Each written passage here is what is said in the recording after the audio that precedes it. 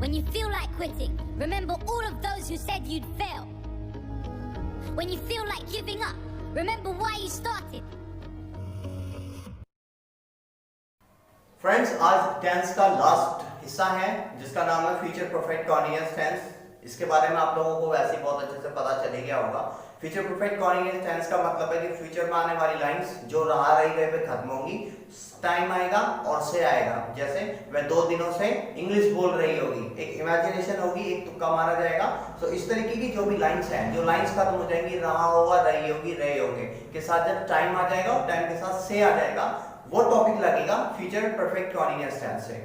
मैं एलेक्स स्वागत करता हूं आपका अपने चैनल एलेक्स क्लासेस पर। और अगर आप लोगों ने अभी तक मेरे चैनल को सब्सक्राइब नहीं किया तो सबसे पहले चैनल को सब्सक्राइब कर लो और साथ में नोटिफिकेशन बेल को भी दबा दो। टॉपिक स्टार्ट करते हैं टाइम वेस्ट ना करते हुए।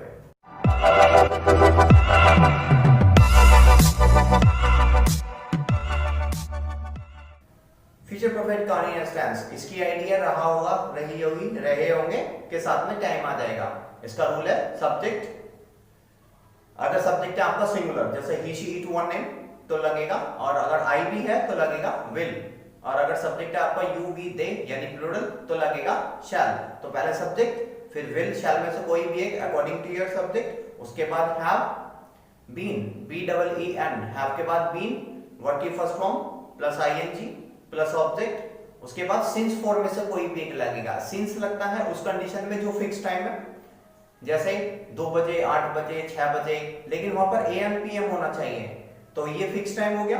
या नेचुरल टाइम जैसे सुबह, शाम, दोपहर, रात, दिन, ये टाइम, या फिर एक लॉन्ग टाइम 2 हफ्ते, 4 हफ्ते, 2 साल, 6 साल, एक लंबा टाइम। जब हम लोग कभी मंथ के लिए बात करेंगे, जैसे जनवरी में, फरवरी में, दिसंबर में, दिसंबर से, फरवरी से, तो इस तरीके की जो भी लाइंस है वो लाइंस भी बनेगी सिंस के साथ। और 4 लगता है नॉर्मली बजे या घंटे के लिए, जब टाइम के साथ बजे आ जाएगा 2 बजे, 8 बजे, 10 बजे, लेकिन वहां पर एएम पीएम नहीं है तभी लगेगा 4। अगर वहां पर एएम पीएम लग गया तो फिर लगेगा सिंस के बाद वो टाइम जिसके बारे में बात हो रही है।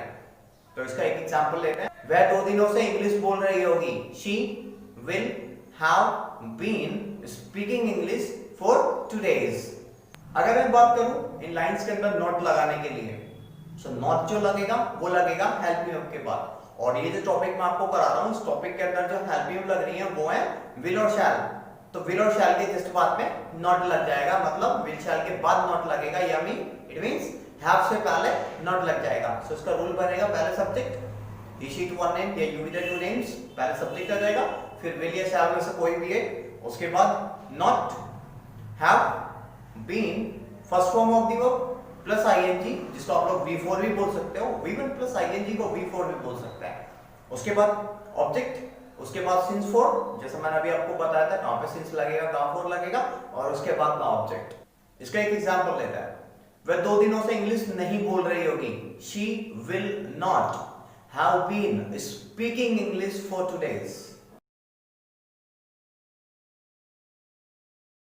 Hi everybody, this is Alex and welcome you to my channel Alex Classes.